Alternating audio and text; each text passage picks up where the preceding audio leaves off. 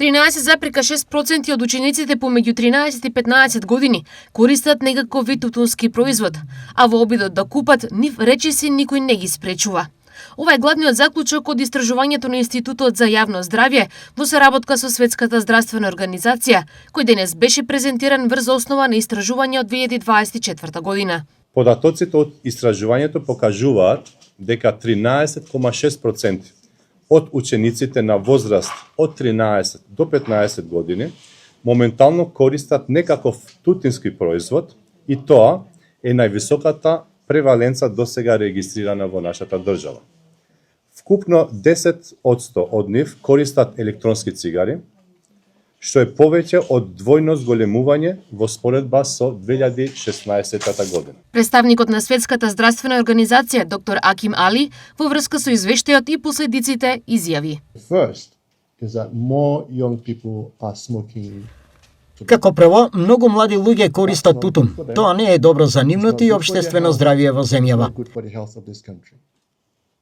14 од 100 ученика на возраст од 13 до 15 години се пушачи. Зависноста не е нешто со која се започнува адолесценцијата. Средина во која пушењето е секојдневие, младите имитираат и прифаќаат и започнуваат да пушат. Тутунот не ги гори белите дробови само на пушачите, ја гори еднината на земјата. Не сакаме младите да бидат пушачи.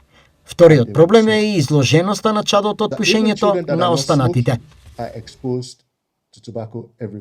Истражувањето на Институтот за јавно здравје во врска со овој проблем ги лоцира најважните 3 работи. Прво, употребата на никотин кај младите останува значаен јавно здравствен предизвик, кој што и текако треба да биде во нашите приоритети и во креирањето на државните политики.